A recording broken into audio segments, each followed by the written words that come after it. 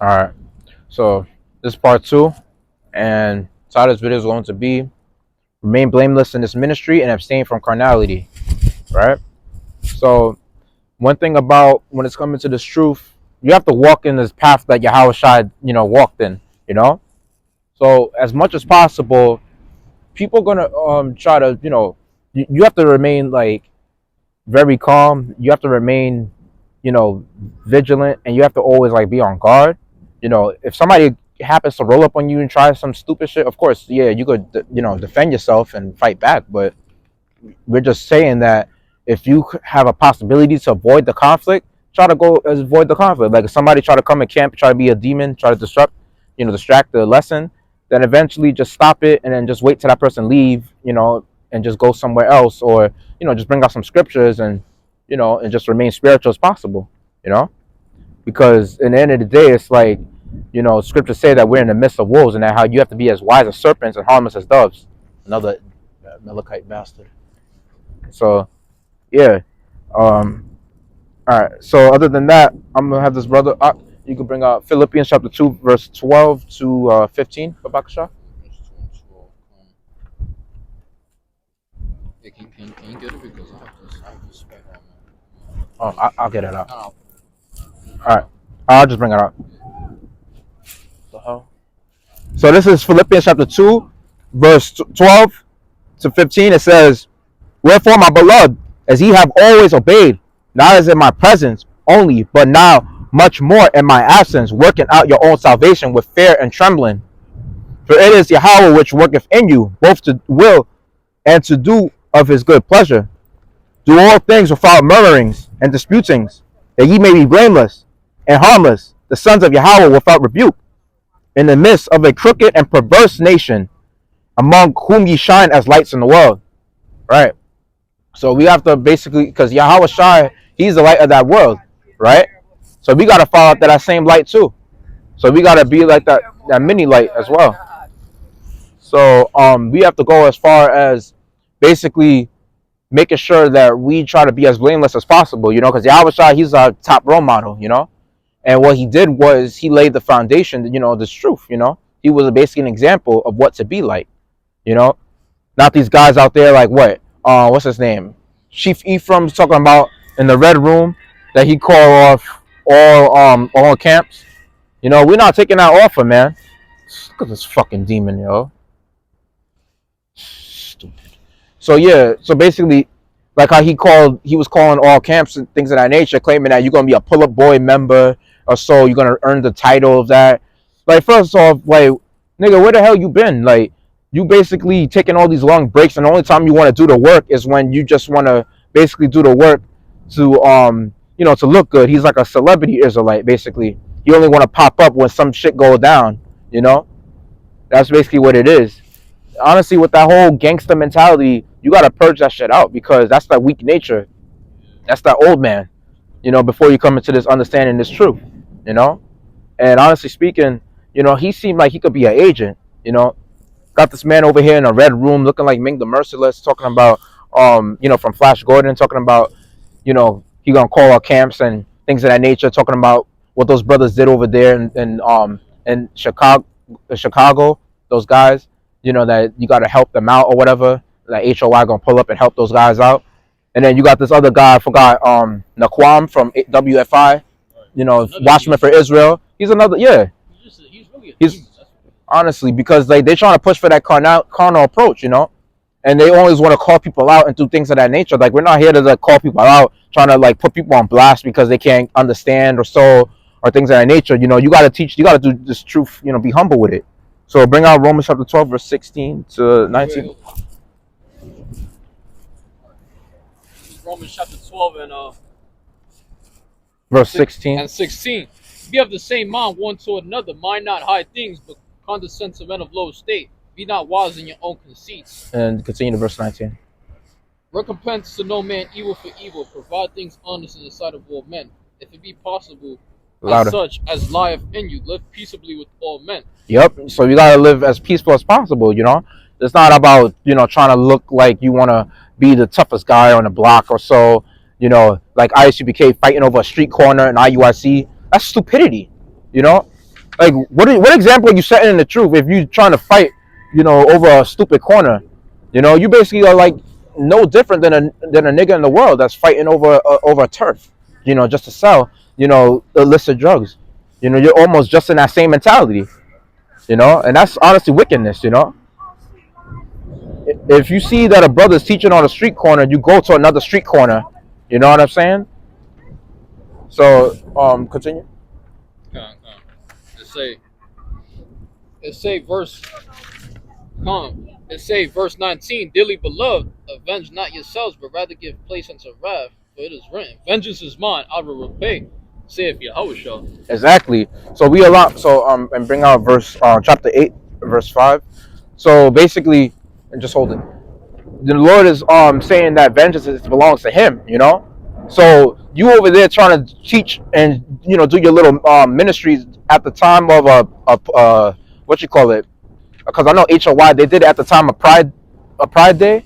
The Pride festival thing that they had for gay pride, and they had a lot of conflict because they were calling some people out. Of course, people are gonna fight and attack you because they have demons on them. Scriptures say that they say with a hot iron.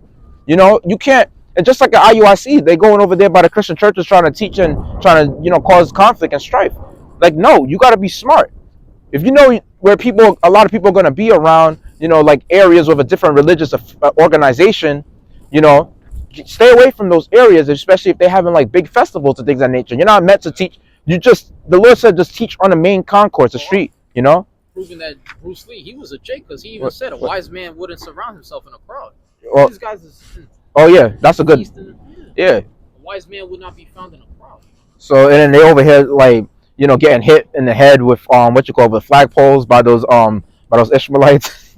That's just stupid. Because honestly speaking, like you asked for it in a way because you're over there trying to teach about that you're the people that belong in that land. And of course those Ishmaelites, they don't care about they hate Israelis, they hate Amalekites in general. But how much more that they hate you so-called blacks, Hispanics, Native Americans that's calling yourselves Israelites that belong in that land, And we fucking hate you Ishmaelites too. We can't stand you goddamn filthy stinking Arabs as well. It's just as much as we don't fucking, care about you damn stupid Amalekites that's claiming to be the chosen people. You both of y'all heathens pissed us off, and you're gonna both be in captivity, and we're gonna take that land from you, and you're gonna have to build our kingdom for 1,000 years. So continue with the Romans chapter 8, verse 5. Start at verse 5. This is Romans chapter 8 and 5.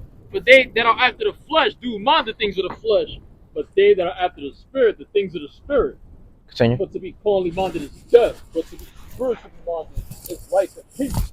Because the carnal mind is enmity against Yahweh Shemel Shah, for it is not subject to the law of Yahweh Shemel Shah, neither indeed can be. Mm-hmm. So the spiritual mind is subject to the law. So continue. Continue. Verse 8. So then they that are in the flesh cannot please Yahweh Shemel Shah. So then they that are in the flesh cannot please Yahweh. Verse 9. But ye are not in the flesh, but in the spirit. If so be that the spirit of Yahweh Shemel Shah dwelleth in you. Now, if any man have not the spirit of Hamashiach, he is none of his. None of his. Exactly. You see? So, basically, if you don't have this, if you have a fleshly spirit, and you mind the things of the flesh, you being carnal as all hell, you basically, the Lord's saying that you're not worthy to basically be saved, and honestly, you're not going to be His elect, That's why the scriptures say, mind not earthly things. Exactly. So continue. So that's talking about you carnal Israelites that's in that spirit of house of Saul. You're not of the house of David. The house of David belongs to Yahweh Shai. The house of Saul, you belong to Esau. Spiritually, because like Yahweh Shai said to those Pharisees, 2/3, you are your father the devil, and the lust of your father that you will do, but he was a liar and a father, of it, So continue. Oh, right. Verse 10. And if Hamashiach be in you, the body is dead because of sin, but the spirit is life because of righteousness. Keep going. To verse 13. Come on. Verse 11. Let's go. But if the spirit of him, come on. But if the spirit of him that raised up Yahweh from the dead, come on, Ak. dwelleth in you. Hold on, Salakia. He that raised up Hamashiach from the dead shall also quicken your mortal bodies by his spirit that dwelleth in you. Therefore, brethren, we are debtors not to the flesh, but to Come on, live after come on. the flesh. Like seriously, let's go. Come on, Ak. But if you live after the flesh, you shall die. But if through the spirit, through sanctify the deeds of the body, you shall live. So you gotta sanctify the deeds of the body. That way you may live. You're right. All right. And basically going. Just had a laugh because you got 2/3. All right. Yeah. But yeah, basically going as far as like, the quickening, the flesh, like that's what Yahweh Shai does, because Scripture said that the spirit, it's the spirit that quickeneth, that the flesh profiteth nothing, Right. So we're all ultimately motivated, through the spirit of Yahweh Shem Shai that's within us to go as far as teaching out on all type of conditions in the weather. Well, of course, they're not going to teach out in a hurricane or a snowstorm, but you're going to try to go as far as trying to battle the elements, Right. doing it, like wisely, not trying to be over righteous, but like, trying to be, trying to not tempt the Lord, but being as wise as possible while doing these things, Exactly. Check the song. Bring out Acts 5th chapter, verse 34. Yeah, Acts, it's 11. Yeah, it's 11. I have left for the bring it on. Oh. All right. So, all right, no problem. So Acts the 5th chapter, verse 34, it says, Wait, how's the song? 11 minutes. Okay, Then stood there up one in the council, a Pharisee named Gamaliel, a doctor of the law, had a reputation among all the people, and commanded to the apostles forth a little space. So basically, what happened was with the apostles, back in that time, like when they were doing the works of Yahweh Shai, right? I believe this is pretty much after Yahweh Shai was crucified, but they was basically carrying on the same ministry. They kept the faith. They pretty much did the works. And you had chief priests, wicked Pharisees amongst them that wanted to kind of get them blamed. That wanted to keep them. They wanted to get them arrested. They didn't want them teaching the sound doctrine. So they basically were jealous that they seen those apostles doing miracles of healing. Not only healing with the word, but they were actually literally physically healing people. With that spiritual power. So basically, they were arrested, and the angel helped break them out of prison. And they went as far as the angel commanded for them to continue to do the works, and that's what they did. And they even suffered, and pretty much got afflicted, by those wicked prisoners, those guards that were kept them in prison. And let me just continue to the point. It says, verse 35, and said unto them, ye men of Israel, take heed to yourselves what ye intend to do as touching these men. 36, for before these days rose up Theudas, Slakia, boasting himself to be of somebody, to whom a number of men, about 400, joined themselves, who were slain, and all as many as obeyed him were scattered and brought to naught. Right, because he's the one that led the first revolt. Fucking demon, smoking. So, verse 37 says, after this man, showing you that man was, he was done with, due to us. Now this nigga comes up, basically talking about, he led the first revolt against the, the Romans, because, these guys didn't want to pay taxes, right? They didn't want to render the Caesar, as Yahweh Shai was saying. So, that's classic. I don't mind that music. The other guy that was playing the music, he stopped there and it was like loud with it. It's fucking demon. After this man rose up, Judas of Galilee, in the days of taxing, as I was saying, and drew away much people after him. He also perished, and all, even as many as obeyed him, were dispersed. Right, following after carnal men, what? They perished. They basically got put down because they fought against the Edomites that were set up by the Most High, at that time. That's why Yahweh said, render the Caesar what's his. He said, that's why he told Pontius Pilate, if this, before he's getting crucified, if this was my kingdom, I will fight. So Yahweh laid down. You see, a lot of these guys, like, they look at it like they're that's a punk mentality, that they want to fight against. Like, no, if you fight against these Edomites, these men that's over you, you're basically fighting against the Heavenly Father. Because that's being carnal. That's why the Lord said you're not his if you're carnal minded. So it says, verse 38, and now I say unto you, refrain from these men, and let them alone. For if this counsel of this work be of men, it will come to naught. But if it be of Yahweh, ye cannot overthrow it, lest happily ye be found even to fight against Yahweh. Exactly. And this is a Pharisee that said this. So, you know, considered to be a doctor of the law. So basically, he understood what the apostles was doing in a way because he just read clearly what happened. And when you look into it, like in history, you know, after the scriptures were written, there was a time period in before, like during 70 AD, right? Like when those Romans that caused the besieging of Jerusalem, right? When they starved the nation of our people, you know, try to cut off the food supply. There was a time where this guy Flavius Josephus, he tried to fight against the Wait, hold on. Oh, it's a low battery, 10%. We have 16 minutes. So yeah, basically there was a Flavius Josephus was another Pharisee, right? This wasn't recorded in the scriptures, but he tried to fight against the Vespasian army that was led by Vespasian army that was led by Titus, you know. And basically what had happened was he tried to fight against the Vespasian army, and what they did was they killed him and took all his men down. Amalekites over here, man, trying to come up against Israel. So wait, so hold on, let's continue. And then so basically, and Bar Kokhba, right? He was another one that's believing around AD 125, if I'm not mistaken. Yeah, it was around that time period. He led the second Jewish revolt, which is actually so-called Black Native Americans. You know, not these fake Amalekites that's calling themselves Jews. So there's our people. Yeah, I see them. Yeah. So basically, what he did was he tried to lead the second revolt. You know, going against the Taxon. You know, and then what happened? He got taken down as well. So showing you right there that, and plus, like, you trying to, you guys going to the gun ranges trying to shoot guns and things of that nature, like, that's stupid. You know, the average Edomite, the average so-called white person, he laughing at that the average Jake owns a gun or things of that nature, because the guns that these Edomites own, shit, they own way more guns than you. They can own it illegally and still have it to where they, they get away with it.